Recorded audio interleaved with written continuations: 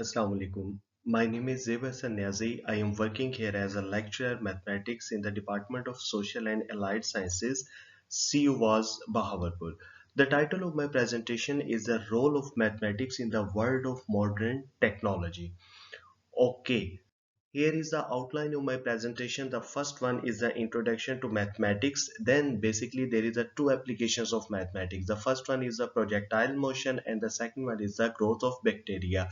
And in the last there is a summary.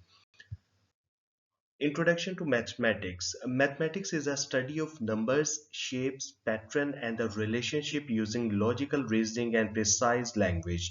It helps us to solve problems, make predictions and understand the world around us. Basically, mathematics is a universal language.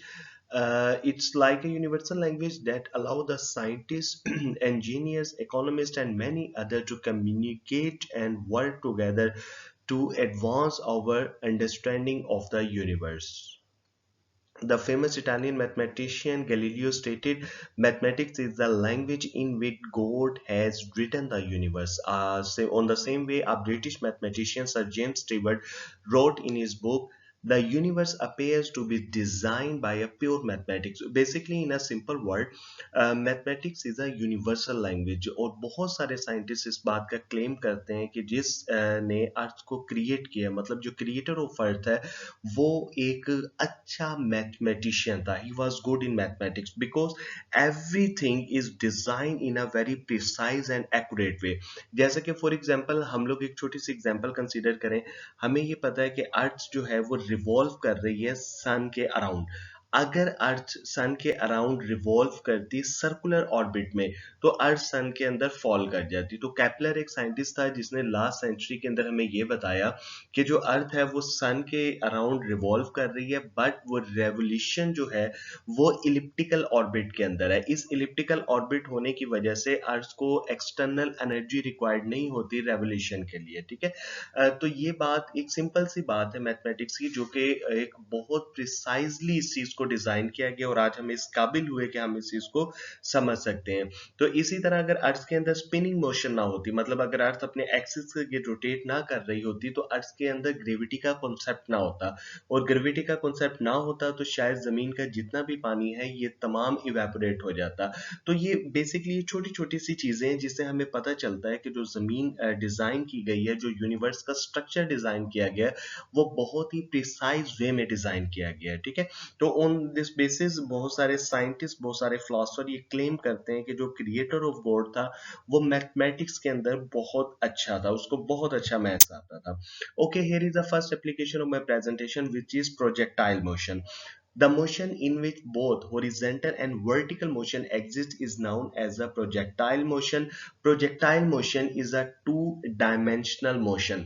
इस projectile motion को understand करने के लिए हम एक छोटी सी example consider करते हैं कंसीडर कि मेरे पास एक टेनिस बॉल है जिसे मैं हवा के अंदर थ्रो करता हूँ एंड देन उस वो बाउंस बैक होती है और उसे मैं कैच कर लेता हूँ ठीक है अब इस स्टेट के अंदर फर्ज करें मेरे हाथ में जब वो बॉल थी तो वो पोजीशन ए के ऊपर थी जब मैंने उसे अपवर्ड थ्रो किया तो उसने एनर्जी गेन की और एनर्जी की वजह से उसने पोजीशन बी अटेन कर ली ठीक है after reaching at maximum height ball मेरे पास बाउंस बैक हो जाएगी इस एक्सपेरिमेंट के अंदर जो आपके पास ऑब्जेक्ट था मतलब जो आपके पास टेनिस बॉल थी उसने जस्ट वर्टिकल डिस्टेंस कवर किया on the other hand consider मैं एक बॉल को रोल करता हूँ टेबल के ऊपर एक हॉरिजॉन्टल टेबल है जिसके ऊपर बॉल को रोल किया जाता है अब बॉल को जब मैंने रोल किया तो वो पोजीशन ए पे थी आफ्टर सम टाइम वो पोजीशन बी पे चली जाएगी अब इस मोशन के अंदर जो ऑब्जेक्ट है जो आपके पास बॉडी है वो हॉरिजॉन्टल डिस्टेंस कवर कर रही है बट अगर हम प्रोजेक्टाइल मोशन की बात करें तो इसमें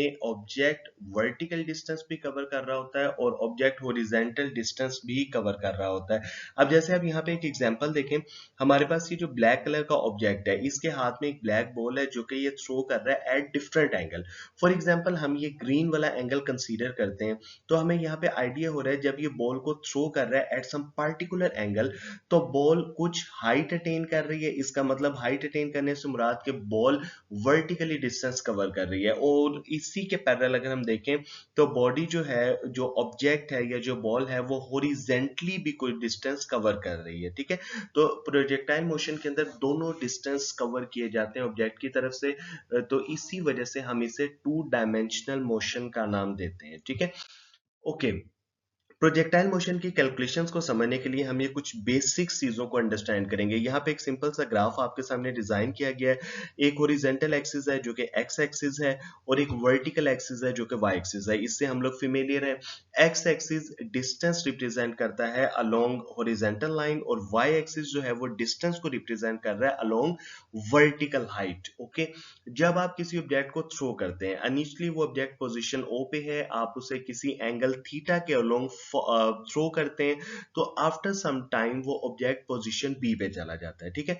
अब ऑब्जेक्ट इनिशियली पोजीशन ओ पे था, कुछ टाइम गुजरने के बाद वो पोजीशन बी पे चला गया। पोजीशन ओ और पोजीशन बी के दरमियान जो डिस्टेंस है, ये basically along the x axis है। इट्स मीन ये हॉरिजॉन्टल डिस्टेंस को रिप्रेजेंट कर रहा है, और ये हमारे ऑब्जेक्ट की रेंज आ जाएगी, ठीक है।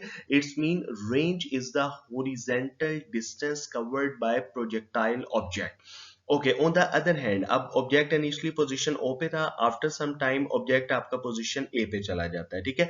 अब पोजीशन ओ इसकी इनिशियल पोजीशन थी, और अगर आप पोजीशन ओ का पोजीशन ए को वर्टिकल एक्सिस पे देखें तो ये बेसिकली रिप्रेजेंट कर रहा है ऑब्जेक्ट की वर्टिकल हाइट। तो इट्स मीन कि जब मैं ऑब्जेक्ट को किसी एंगल पे फेंकता हूं, थ्रो करता हूं, तो ऑब्जेक्ट पोजीशन ओ से पोजीशन बी की तरफ भी गया, और इसी के साथ साथ ऑब्जेक्ट पोजीशन ओ से पोजीशन ए की तरफ भी मूव कर रहा है। तो इट्स मीन इस एक्सपेरिमेंट के अंदर ऑब्जेक्ट हॉरिजॉन्टली भी मूव कर रहा है, और ऑब्जेक्ट जो है वो हमारा वर्टिकली भी मूव कर रहा है। तो यहाँ पे टू डायमेंशनल मोशन एग्जिस्ट करती है। This is an example of projectile motion. अच्छा, अब हम लोग इस चीज से फेमिलियर हैं कि अगर एक ऑब्जेक्ट हॉरिजॉन्टली मूव कर रहा है तो उसमें जो वेलोसिटी होगी वो अलोंग हॉरिजॉन्टल एक्सिस होगी। अगर वो वर्टिकली मूव कर रहा है तो जो वेलोसिटी होगी वो अलोंग वर्टिकल एक्सिस होगी, मतलब वेलोसिटी का वर्टिकल कंपोनेंट एक्ट करेगा, ठीक है। तो इस केस में हमने जो ऑब्जेक्ट की वेलोसिटी कंसीडर की है वो रिप्रेजेंट हम लोग कर रहे हैं यू के साथ। अब अगर हम किसी भी लम्हे अपने ऑब्जेक्ट की वेलोसिटी को स्टडी करना चाह रहे हैं, तो यहाँ पे ऑब्जेक्ट चूंकि टू डायमेंशनल मोशन शो कर रहा है, तो यहाँ पे जो वेलोसिटी है उसके दो कंपोनेंट हो जाएंगे। एक हो जाएगा हमारे पास u x, which is component of velocity in the x direction along the x axis along the horizontal axis, और जो second component of velocity होगा that will be uy. this is the component of the velocity along y direction along vertical direction. okay, अगर हमने horizontally motion को study करना है तो हम जो velocity का component यूज करेंगे वो horizontal component यूज करेंगे, और अगर हमने vertically object की motion को study करना है तो हम जो velocity का component यूज करेंगे that will be vertical component of velocity, which is represented by uy, which is equal to u sin theta, and the horizontal component is represented by ux, which is equal to u cos theta. तो जैसे आप position A पे देखें, position A पे object अपनी maximum height को attain कर लेता है, तो इसका मतलब अब इसका जो वेलोसिटी का वर्टिकल कंपोनेंट है वो यहाँ पे जीरो हो जाएगा, क्योंकि अगर वेलोसिटी का वर्टिकल कंपोनेंट जीरो ना होता तो ऑब्जेक्ट वर्टिकली मजीद डिस्टेंस को कवर करता। ओके, तो इट्स मीन यहाँ से हमें ये पता चलेगा कि अगर हम जब भी ऑब्जेक्ट की प्रोजेक्टाइल मोशन को स्टडी करेंगे, तो जब हम वेलोसिटी को डिस्कस करेंगे तो वेलोसिटी के दो कंपोनेंट हैं, तो हम उसी के अकॉर्डिंग चलेंगे। अगर हम एक्स एक्सिस के डिस्टेंस की बात करते हैं तो हम लोग u cos थीटा को डिस्कस करेंगे, u cos थीटा को कंसीडर करेंगे, और अगर हम y एक्सिस में कोई कैलकुलेशंस करना चाह रहे हैं, वर्टिकल मोशन को देखना चाह रहे हैं, तो वेलोसिटी का वर्टिकल कंपोनेंट होगा जिसे हम u sin थीटा से कैलकुलेट कर सकते हैं। यहाँ पे जो मैंने वर्बली बातें की उन सबको मैथमेटिकली मैंने यहाँ पे लिखा हुआ है कि let be the initial and final velocity which are represented by ui initial velocity, uf which is stand by for final velocity of projectile object, then the x component of initial velocity which is ui cos theta, y component which is ui sin theta. On the same way, final component x component of final velocity which is uf cos theta, and the y component of final velocity which is uf sin theta.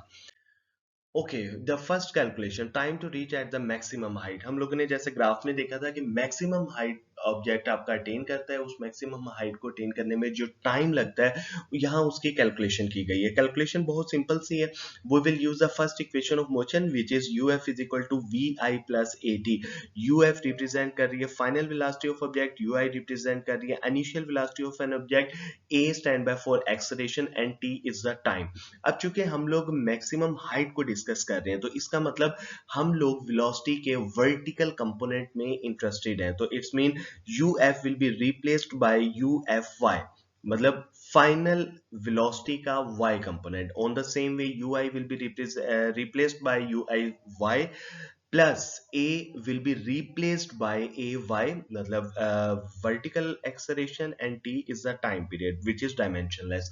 Okay, अब हमें पता है कि जब object maximum height को attain करता है तो उस पॉइंट के ऊपर इसकी फाइनल वेलोसिटी जीरो हो जाती है, इसको हम जीरो रिप्लेस करेंगे, एक्सेलरेशन माइनस जी से रिप्लेस होगा, क्योंकि हम लोग वर्क कर रहे हैं अगेंस्ट द ग्रेविटी, या अगर हम in the direction of gravity होते तो हम जी को पॉजिटिव कंसीडर करते।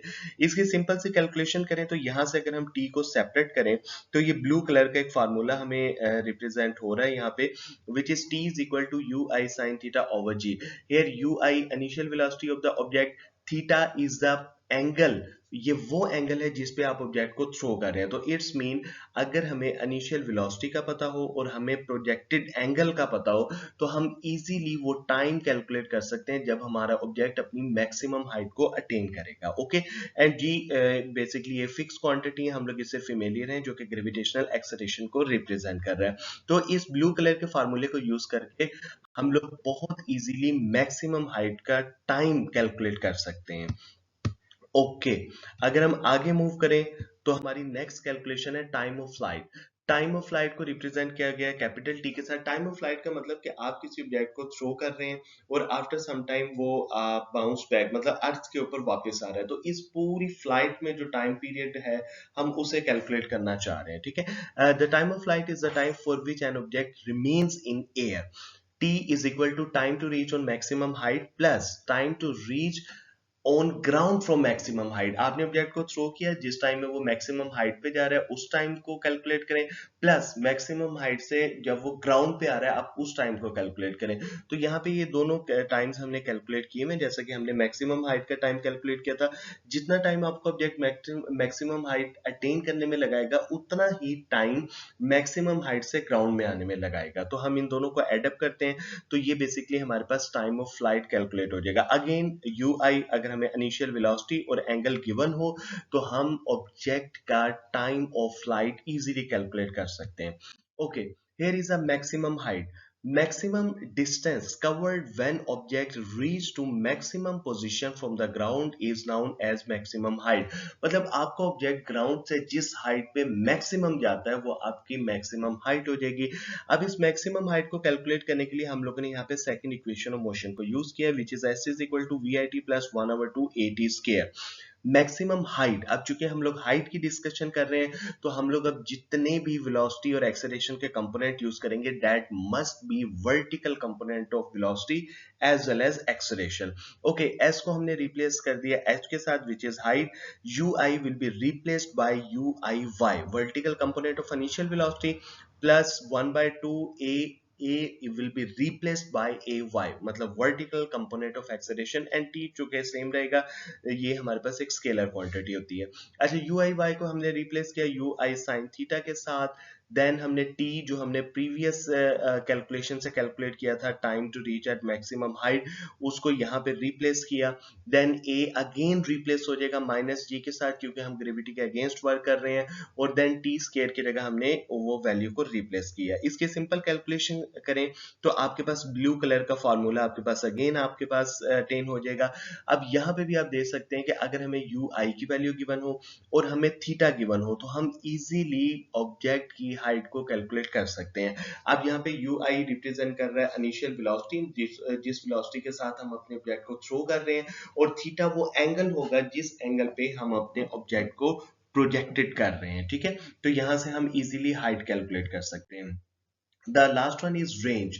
Range is a maximum horizontal distance covered by the body. आपने एक बॉडी को प्रोजेक्टाइल मोशन के लिए फोर्स किया, इनिशियली उसकी पोजीशन ए थी अलोंग एक्स एक्सिस, और आफ्टर प्रोजेक्टाइल मोशन वो पोजीशन बी पे चला गया। तो ए और बी के दरमियान जितना उसने डिस्टेंस कवर किया वो बेसिकली आपके पास इसकी रेंज हो जाएगी। रेंज को कैलकुलेट करने के लिए अगेन हम लोगों ने सेकंड इक्वेशन ऑफ मोशन को यूज किया, S is equal to V I T plus one over two A T square. अब रेंज चूंकि हॉरिजेंटल का मतलब हॉरिजेंटल वैल्यू है, तो हम लोग यहाँ पे वेलोसिटी और एक्सेलरेशन को रिप्लेस कर देंगे हॉरिजेंटल वैल्यूज के साथ। तो यहाँ पे यू आई की जगह हम लोग रिप्लेस कर देंगे you I S, which is horizontal component of initial velocity। t will be replaced by capital T। Capital T वो टाइम पीरियड था जिसमें आपका ऑब्जेक्ट फ्लाइट करता है। ओके, तो यहाँ पे हम कैपिटल टी को यूज करेंगे। इसी तरह a will be replaced by a x and t square as it is। अब हॉरिजॉन्टल एक्सेलरेशन यहाँ पे जीरो होता है, तो ये सेकंड क्वांटिटी हमारी एलिमिनेट हो जाएगी। u i x, इसकी जगह हमने वेलोसिटी का x कंपोनेंट जो हमने ऑलरेडी कैलकुलेट किया था उसको यहाँ पे रिप्लेस किया, which is u i cos theta. और यहाँ पे t की जगह जो हमने टाइम ऑफ फ्लाइट कैलकुलेट किया था उसको हम लोग रिप्लेस करेंगे। इसकी सिंप्लीफिकेशन करें तो ये हमारे पास रेंज आ जाएगी। अब अगर आप रेंज के फार्मूले को थोड़ा सा स्टडी करें तो यहाँ पे तीन वैल्यूज आपको नजर आ रही हैं, U I, theta and G. G is a fix quantity which is gravitational acceleration, और बाकी जो दो वैल्यूज हैं यू आई, यू आई वही इनिशियल स्पीड है जो आप ऑब्जेक्ट को प्रोवाइड कर रहे हैं, और थीटा वो इनिशियल एंगल है जिस एंगल पे आप ऑब्जेक्ट को थ्रो कर रहे हैं। तो इसका मतलब अगेन, अगर आप मुझे प्रोजेक्टेड ऑब्जेक्ट की इनिशियल वेलोसिटी दे दें और आप मुझे इनिशियल एंगल बता दें जिस एंगल पे आप उसको थ्रो कर रहे हैं, तो हम उसकी टाइम ऑफ फ्लाइट कैलकुलेट कर सकते हैं, हम उसका मैक्सिमम हॉरिजॉन्टल डिस्टेंस जो कि रेंज है हम वो कैलकुलेट कर सकते हैं, हम उसकी मैक्सिमम हाइट कैलकुलेट कर सकते हैं, हम उसका टाइम ऑफ फ्लाइट कैलकुलेट कर सकते हैं। तो हमें जस्ट ये दो चीजें कैलकुलेट करनी है जो कि हमारे कंट्रोल में होती है। इनिशियल स्पीड भी हमारे कंट्रोल में है कि हम उसे कितनी स्पीड दे रहे हैं, और देन हम जिस एंगल पे थ्रो कर रहे हैं वो एंगल भी हमारे कंट्रोल में होगा। ठीक है।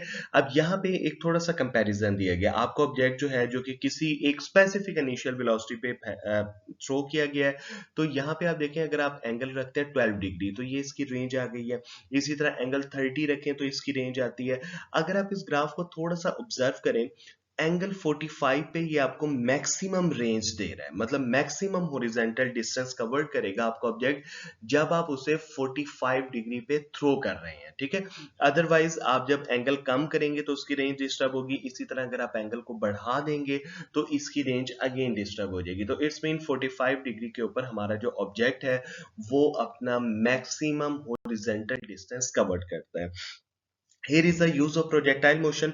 प्रोजेक्टाइल मोशन स्पोर्ट्स के अंदर यूज होता है, जैसे कि फॉर एग्जांपल नेजाबाजी में हमने देखा है कि हम जब किसी बॉल को थ्रो करते हैं या नेजे को फेंका जाता है तो वो थ्रो सम एंगल थ्रो किया जाता है, फेंका जाता है उसे। ठीक है। एंटरटेनमेंट के अंदर यूज होता है, बहुत सारी कार्टून फिल्म्स डिजाइन करने के लिए प्रोजेक्टाइल मोशन का कॉन्सेप्ट यूज किया जाता है। इसके अलावा इंजीनियरिंग के अंदर जहां पे हम डिजाइन कर रहे होते हैं ऑब्जेक्ट को, कार्स को या डिफरेंट और चीजों को, तो वहां पे प्रोजेक्टाइल मोशन को अप्लाई किया जा सकता है। और इसकी बेस्ट एप्लीकेशन जो कि हम इजीली अंडरस्टैंड कर सकते हैं वो हमारे पास बैलिस्टिक मिसाइल का कॉन्सेप्ट है। बैलिस्टिक मिसाइल सिस्टम बेसिकली वो मिसाइल होते हैं जो कि अनगाइडेड होते हैं। हमारे पास दो तरह के मिसाइल होते हैं, एक होता है क्रूज मिसाइल जो कि फुली गाइडेड होता है, जो अपने टारगेट की तरफ खुद ही अप्रोच कर रहा होता है, and the second one is ballistic missile. Ballistic missile unguided missiles होते हैं जिनको हम लोग प्रोजेक्टाइल मोशन के जरिए उनकी रेंज और उनकी हाइट वगैरह को कंट्रोल कर रहे होते हैं। नीचे आपको नजर आ रहा होगा इस फिगर के अंदर ये सारे बैलिस्टिक मिसाइल हैं जिन्हें हम इनिशियल स्पीड भी प्रोवाइड करते हैं लॉन्चिंग पैड से, और हम कोई एंगल, आपको एंगल भी नजर आ रहा होगा, ये एंगल हम लोग अपने हिसाब से एडजस्ट कर रहे होते हैं। ठीक है। इसी तरह अगर आप यहाँ पे देखें तो ये एक कैनन दिखाई गई है जिसमें एक आदमी को थ्रो किया जाता है। इस तरह की बहुत सारी वीडियोस आपको यूट्यूब पे भी मिलेंगी, लोग इसको एज अ फन कर रहे होते हैं कि वो एक बिल्डिंग से दूसरी बिल्डिंग पे जंप करते हैं, जंप क्या बल्कि उन्हें थ्रो किया जाता है जस्ट लाइक गुलेल की तरह पे, कि उन्हें, या ये कैनन होती है, कैनन के अंदर उन्हें बिठा के उन्हें थ्रो किया जाता है थ्रो सम पर्टिकुलर एंगल, और वो दूसरी बिल्डिंग पे जाके फॉल करते हैं। ठीक है। तो ये basically entertainment point of view से प्रोजेक्टाइल मोशन को यूज किया गया। Here is a second application of my presentation, which is growth of bacteria. In the biological application, the rate of growth of certain population bacteria, small animals, over a short period of time is a proportional to the population present at a time t. Knowing the population at some arbitrary initial time t naught, we can use the solution of the following equation to predict the population in the future. इसको simple word में अगर मैं बताऊं तो यहाँ पे हमें ये कहा जा रहा है कि फर्ज करें आपके पास बैक्टीरिया की इनिशियल पॉपुलेशन है p, तो जो बैक्टीरिया का रेट ऑफ ग्रोथ है वो डायरेक्टली प्रोपोर्शनल होगा इनिशियल पॉपुलेशन के। जितनी आपके पास इनिशियल पॉपुलेशन होगी उतना ही बैक्टीरिया का ग्रोथ ज्यादा होगा। मतलब फॉर एग्जांपल आपके पास एक कल्चर है जिसमें 100 बैक्टीरिया है और एक कल्चर है जिसमें है 1000 बैक्टीरिया। दोनों को 10 मिनट के लिए आप पड़ा रहने दें तो जो 1000 बैक्टीरिया वाला कल्चर है उसमें ग्रोथ रेट ज्यादा होगा। ओके, तो growth rate is directly proportional to the initial population. इसको प्रोपोर्शनैलिटी को खत्म करें तो हमें कोई कांस्टेंट यूज करना पड़ता है। इसके साथ साथ हमें एक इनिशियल कंडीशन रिक्वायर्ड होती है। इस चीज को समझने के लिए हम एक एग्जांपल कंसीडर करते हैं। यहाँ पे मैंने एक एग्जांपल कोट की है कि a culture has initially P not number of bacteria. आपके पास एक कल्चर है जहां पे पी नॉट बैक्टीरिया आपके पास अवेलेबल है, ठीक है। At time T is equal to 1 और 1 घंटे के बाद the number of bacteria is measured to be 3/2 P nought. मतलब आपके पास जो इनिशियली बैक्टीरिया थे वो थे पी नॉट। अगर आप उस कल्चर को 1 घंटे के लिए पड़ा रहने दें तो जो आपके पास बैक्टीरिया की कैलकुलेशन हो जाएगी वो इनिशियल पॉपुलेशन का 3/2 टाइम्स हो जाएगी, ठीक है। तो हम लोगों ने बेसिकली हमसे वो क्वेश्चन ये कर रहा है, determine the time necessary for the number of bacteria to be triple. Okay, यहाँ पे हम लोग कंसीडर करें पी ऑफ टी जो कि रिप्रेजेंट कर रही है population of bacteria at a time T. अब हम लोगों को यहाँ पे कंडीशन दे दी गई है कि जब आपके पास टाइम पे होगा 0, मतलब इनिशियली तो हमारे पास जो नंबर ऑफ बैक्टीरिया है वो है पी नॉट, और after T is equal to 1 और कि जब 1 घंटे के लिए वो कल्चर पड़ा रहेगा तो आपके पास जो बैक्टीरिया हो जाएंगे वो इनिशियल पॉपुलेशन का 3/2 टाइम्स हो जाएंगे। ओके, ये हमारे पास दो कंडीशंस आ गई। अब यहाँ पे ये हमारे पास वही मॉडल है जो कि हमने क्लेम किया था कि growth rate of bacteria is directly proportional to initial population. ये हमारे पास केपी को मैं दूसरी साइड पे ले आऊं तो इसका साइन नेगेटिव हो जाएगा, साइन रिवर्स हो जाएगा। ये हमारे पास एक first order linear homogeneous differential equation बनती है। इस इक्वेशन को सॉल्व करने के लिए हमारे पास दो पॉसिबल मेथड होते हैं। The first one is separation of variable and the second one is use of integrating factor. अब इसको सॉल्व करना बेसिकली बीएस के स्टूडेंट्स के लिए कोई बहुत बड़ा टास्क नहीं है। बीएस मैथमेटिक्स, फिजिक्स और कंप्यूटर साइंस के स्टूडेंट इसको इजीली सॉल्व कर सकते हैं। अब इसको हम सॉल्व इस तरह से करते हैं कि फर्स्ट ऑफ ऑल हम लोग यहाँ पे कैलकुलेट करते हैं integrating factor which is E raise to power minus K T. Integrating factor को मल्टीप्लाई करवाएं तो हमारे पास ये इक्वेशन का सोल्यूशन आ जाएगा which is P of T is equal to C E raise to power K T. अब यहाँ पे c कांस्टेंट है जो कि अननोन है, इसी तरह k ये भी हमारे पास एक कांस्टेंट है जो कि अननोन है। हमने दो कंडीशन जो कि लास्ट स्लाइड के अंदर बनाई थी हम उन दोनों को यहाँ पे अप्लाई करेंगे और अपना c और k इन दोनों को कैलकुलेट करेंगे। The first condition when t is equal to 0, तो आपके पास p ऑफ 0 पे हम ये ऑब्जर्व करते हैं कि इनिशियल पॉपुलेशन p नॉट हो जाती है, तो हम टाइम को 0 पुट करेंगे तो हमारे पास c की वैल्यू p नॉट आ जाएगी। इसी तरह when t is equal to 1, मतलब आफ्टर 1 और हमारे पास जो पॉपुलेशन थी वो इनिशियल पॉपुलेशन का 3/2 टाइम्स हो जाएगी। इसको कैलकुलेट करें तो यहां से k की वैल्यू हमारे पास आ जाएगी 0.4055 t। ये बहुत सिंपल सी कैलकुलेशन है, जस्ट हमने इनिशियल कंडीशंस को यहाँ पे रिप्लेस करना है। c और k इन दोनों वैल्यूज को हम यहाँ पे रिप्लेस करते हैं अपनी पेरेंट इक्वेशन के अंदर, तो ये हमारे पास इक्वेशन डेवलप हो जाती है। अब यहाँ पे दो अननोन है, एक हमारे पास है p of t population at a time t, और जो सेकंड है वो हमारे पास स्मॉल t है जो कि रिप्रेजेंट कर रहा है टाइम को।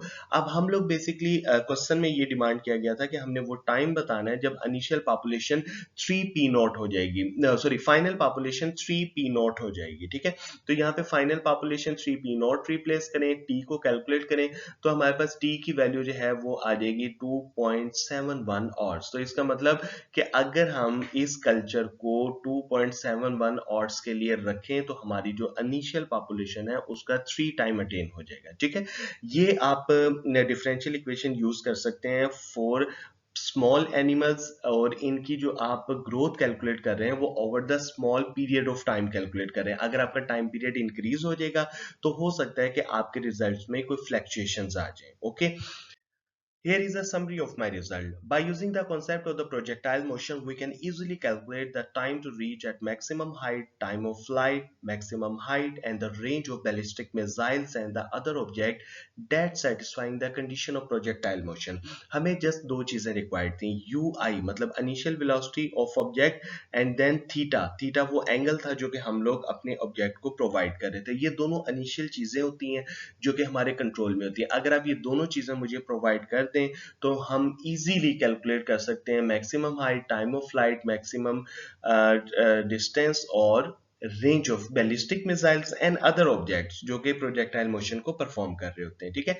और जो सेकंड एप्लीकेशन है वो हमें ये बताती है कि by applying the concept of differential equation we can calculate the rate of growth of certain population over the short period of time. जैसा कि मैंने आपको बताया कि हमारे पास एक सिंपल मैथमेटिकल इक्वेशन बनती है जो कि first order linear differential equation होती है. उसे हम सॉल्व करने के बाद इजीली किसी भी कल्चर की पॉपुलेशन को कैलकुलेट कर सकते हैं. तो ये दो बेसिक्स और वेरी इंपॉर्टेंट एप्लीकेशन थी मैथमेटिक्स की जिन्हें हम डायरेक्टली अपने प्रोजेक्ट्स के ऊपर अप्लाई कर सकते हैं. Thank you for your patience.